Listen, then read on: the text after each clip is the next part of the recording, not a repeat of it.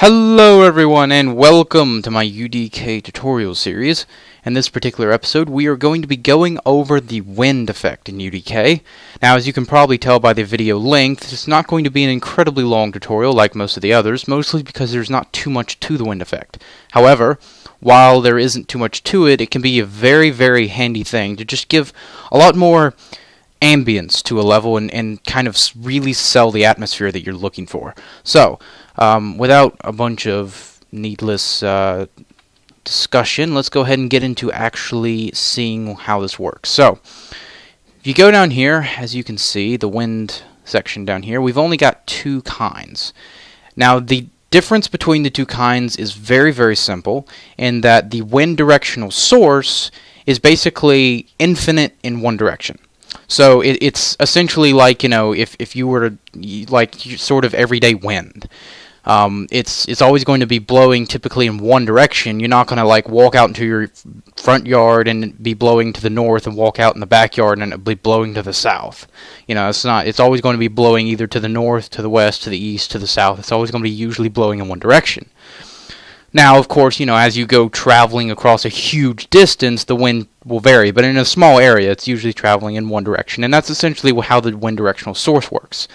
It just throughout the entire level, the wind will always travel in one direction and will affect every object the same exact amount. Whatever you set the speed or the strength to, it will always affect every single object by the same amount. Now, the wind point source is essentially a radius. And you can change sort of the direction that it's coming from with each radius. You know, you could set up 5 of these things. Each one have a different strength. Each one have a different radius. Each one have a different speed, and et cetera, et cetera, et cetera.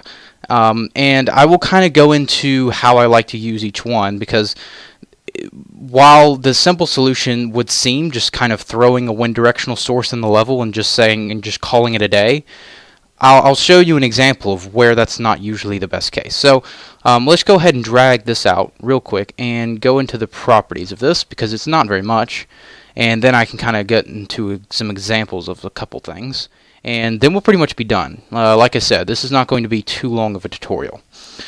Now, let me open this up and drag it out from my other monitor. Okay, so the only two things we actually have here is the strength and the speed. Now, of course, we can rotate this, I do believe. So yeah, I mean, you can rotate this to face, you know, different directions if you want to. And as you can see, as I'm doing this, it's kind of animating the leaves on the trees and stuff as I do this. But that's self-explanatory. You know, you rotate it around to get different directions. But before I do that and fiddle with that to kind of show you that, I want to kind of increase these two things here. Now, one thing you do need to make sure you do if you're messing around with wind is make sure that you have the real-time option selected up here. If I deselect this, you'll notice that everything stops animating. There is no wind. However, if I start moving my mouse around, you can see some stuff is kind of moving a little bit. And then if I stop moving, you know, my mouse, it'll stop moving everything. So you need to make sure you have that up there. You need to make sure that that is selected. Words. Alright, so anyway, yeah, make sure you have the real-time selected so you can make sure you see all of this going on, and then the edit the strength and speed is needed. Now, basically, while it doesn't give you that great of a description of what these two do, because I'm hovering my mouse over these for the tooltip, it doesn't give me anything. What I have found of how this, because I was actually experimenting with it so I could get a good wind effect, and I was curious of how each stat affected the meshes. So basically how this works is the strength will affect basically how much it animates the parts of the mesh out. So if I increase this to about 10, let's say, if you watch this tree, you'll notice that the leaves will move a large distance before they start moving back the other direction. So basically, the strength affects how far, and it doesn't necessarily have to be leaves, of course. You know, any vines or whatever will work. But whatever the mesh that you're affecting, it'll move that certain parts of it out a huge distance before coming back if the strength is really high. Now, on the other hand, if I set this back to 1 and turn this up to 10, this just increases the rate of the animation. So you could have a frequent but not very violent wind, or you could have a sort of a gusting, very strong wind. Or you could have both if you wanted to, really. So if I increase these both, you'll notice it's very rapidly making it go back and forth a huge amount. And if I increase this to 100, it just gets absurd. And I'll put this down to 1 because that's incredibly annoying. So you'll notice that the strength of it is making them animate, you know, a huge distance before they'll change direction and do something else. So you do have to make sure you're careful with the strength. Now the speed, you can kind of have some fun with that, because if I turn this up to 100, it's not so bad as long as it's on a low strength. However, if I increase the strength just a little bit, it starts becoming, you know, kind of absurd. But I mean, as long as the strength is relatively low, the speed is not going to affect it huge amount. Like the speed is on 100, while the strength on 100 just makes it absurd looking. So the strength you want to kind of be careful with, while the speed you can kind of have fun with the speed. Now, that's pretty much all as far as the options. The only other thing is the wind point source, which, as per my earlier description, has a radius. So the only other option here is just the size of it, and that's easily changeable.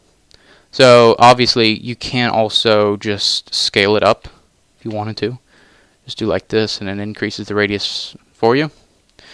And so basically that's that. Now also because of the way the wind point source works, if you move, you'll have like the central point, and depending on what side the mesh that you're affecting is on, it'll kind of change the way the direction of the wind is messing with it, if that makes sense. So if I put it on sort of the left side of a tree or something, it'll sort of affect it a little differently as if put on the right side. So, and also the closer that your wind source is to the object that you're affecting, the sort of stronger the effect. So if you put it like the wind in the middle of a tree, it'll affect it more as if it was right at the edge of the source. At least that's from what I've seen from my experiences. So, alright. So, now that that is out of the way, I will delete... Well, you know what? No, I won't. I'll leave both on for right now, because I want to illustrate something. If you notice, I've got this is not really affecting anything. I'm going to move it up over here so we know it's not affecting anything. The only wind that's affecting anything at all right now is the wind directional source. And if you notice, while this tree looks okay, it's a little rapid. Let me turn that down, actually. Go to about 10. So we've got sort of a, well, let's go with 5. So we've got sort of a rapid but just kind of soft breeze rustling the leaves in the tree. Now, if you look at this right here, this is a speed tree. Now, the wind effects do not affect the speed trees as much.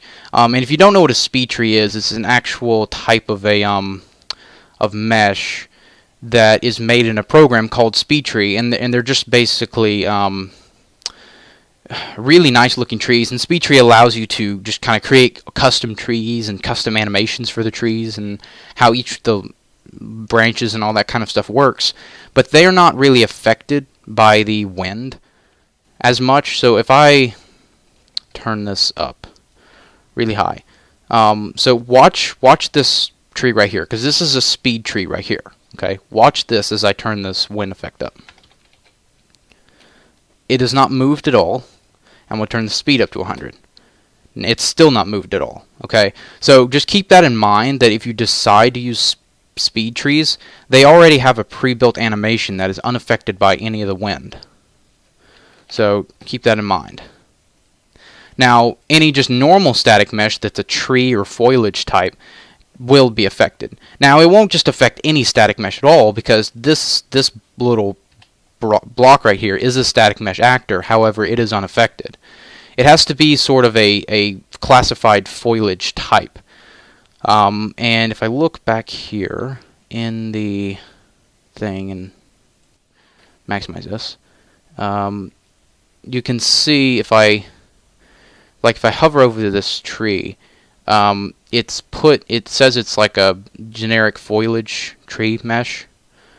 So the ones that are labeled as like foliage or tree or something like that, those will be affected by the wind. And really, I mean, even though these branches and stuff will not, though, I'm pretty sure the way it works is it has like built-in skeletal stuff. It's classified as a static mesh, but it has like built-in bones and stuff that'll bend. So it kind of has to have like built-in sections of the mesh that are classified as separate sections. Otherwise, it wouldn't know where to animate different sections of the tree. So that's at least my assumption on how that works. As I don't really do much mesh creation myself, I'm not entirely sure on that assumption. But anyway, so just keep in mind, because this one and also, whoops, this tree right here, those two trees are speed trees and are unaffected by that. I will delete those now, though. Whoop. Okay, that's not what I wanted to do. You. Why? Stop it. Thank you. Alright, now the other thing is this little thing right here is not a speed tree. However, if you look at this and you look at this, they are similar in the way that at the rate and the speed that they're being animated, but because they're designed sort of differently, I mean, this mesh has actually been increased 5 times if you look down here at the draw scale, while this one it's not at all. So they're kind of designed, this one's designed to be small while that tree's designed to be big. And so as I increase the speed and the strength, let me increase this to about 10, it kind of starts affecting them in like more absurd and different ways. While it doesn't look as bad for this small thing right here because of the way the branches and stuff are designed, the way this tree is being affected by the same speed is more absurd looking. So let me increase it to about 10 now. So while this tree up here does not look quite as bad going very quickly because it's just kind of large and it has a lot of different branches, this one looks like it's literally vibrating back and forth like there's an earthquake or something. So that is one reason why you would want to sometimes use a point source, so you can affect each object separately and give it a separate value. So for instance, I could put a point source near this tree and a point source near this bush thingy-majigger, and have different speed and strength values for each one, so that they all look kind of similar in the amount of wind that is pushing against them. And you can also use this to take into account the fact that, you know, a plant is behind a building, so it's not going to get any wind. Because if I were to take like this block thing here, increase this to about 10, just because that's an irrationally huge size. Stick one there, stick one there, stick one, let's move it back. No, come on. Stick one like there, and also stick one here. And then we come up and look. This is still animating. So the wind does not take into account the fact that there are other meshes around it. Because, and I'm sure you're probably thinking, well, you have to actually rebuild the level. Well, usually the rebuilding is only for BSP, but just to test that theory, I will go ahead and rebuild the level right now, and it's still affecting the tree. So that is one thing to take into account, that if you are using a wind directional source, it won't take into account that you have like a plant behind a building that technically wouldn't be getting wind. Because even if you're not that much of a stickler for detail, that is kind of something you want to consider, because if you just have wind just affecting everything in your level, even if something is inside, then it just looks weird. So that is another reason why you would want to use the point source as opposed to the directional source. Now, of course, if you use the point source for everything, then it becomes kind of annoying to have to continuously manage all the different sources everywhere. So if you're building a giant forest and you just have like a lot of similar trees all over the place, then you can kind of adjust it in such a way so that it looks okay, and you can maybe use some static meshes and then some speed trees if you don't want some of the lower plants on the floor to the forest floor to be affected by the wind. You could just use speed trees, as those are unaffected by the wind. And then you could just use one directional source of the wind, affect all the trees above you, and not affect the ones on the ground, because the plants on the ground are in fact speed trees. Now, of course, you may not want to do this if you're kind of doing a low budget thing, because the speed tree program is quite expensive, around $300 or $400 if I last checked, which it's been a while since I have, but it of course has a lot of useful things. I'm not talking about speed tree in this thing, but I'm just giving you some examples of where you would want to use one and the other and not the other, and the other and not the one. No, okay, I just confused myself with the wordage there. But anyway, I'm sure you get the point. Now, one other example of just kind of the different plants reacting differently to the wind. This little thing right here, and again, this is, well, no, I didn't actually scale this one up. Well, I'll scale it up to like 10, just because that's an irrationally huge size. Well, I guess that's not too bad. So I scaled this up a little bit, but now like the entire plant is tilting up and down, and it's also vibrating back and forth. Now, again, the way this is made, as opposed to this other one, the trunk for this is going to be unaffected by the wind. And I'm not entirely sure. I mean, I kind of suppose sort of a theory on how it worked, but the way the wind affects it, I'm not sure how the mesh has to be made for the wind to affect it. I do know that, of course, these leaves and stuff are some kind of special mesh, because the branches and the trunk of this tree are unaffected by the wind, while this entire mesh itself is affected.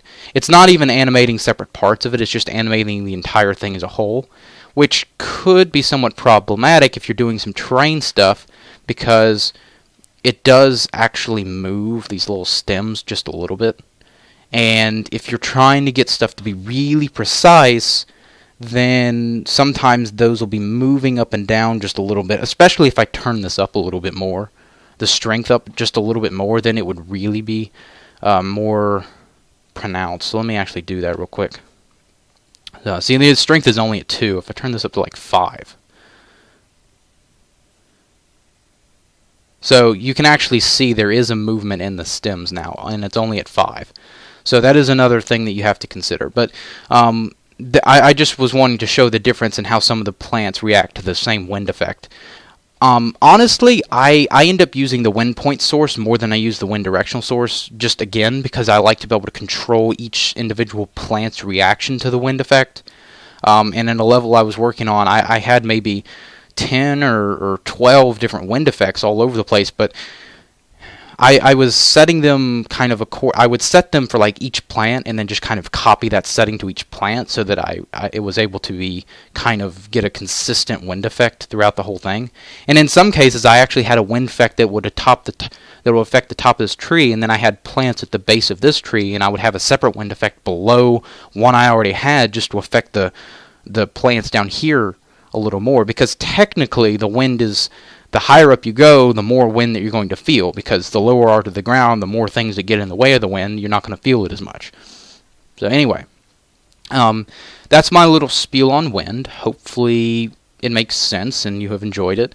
Now, another thing I should have mentioned, actually, as far as light rays go, the wind does render it out correctly. So as I sit here, it does, as the mesh moves, because it is actually technically animating the mesh. So it's not going to be a problem to render out light rays, to render out shadows, and to all this fancy stuff with the wind effects, which, again, helps a lot. Now, obviously, this tree is not the most beautiful thing to animate with a high-strength wind effect, but if I turn this down, maybe even turn down the rate a little bit, it can start to look relatively nice, even standing under it. And I may even want to turn that down a little more. And of course, if you're working on your own custom project, you would be able to make a custom tree that would, of course, look a little better than this one. But it's just some of the default UDK stuff. So anyway, I hope you have enjoyed. And if you have any suggestions on how I could do my tutorials better, I'm happy to hear them rather. If you have any suggestions on future tutorials, I'm happy to hear that as well, and I can perhaps look into doing some of that stuff. So, thanks for watching, and I'll see you in another video.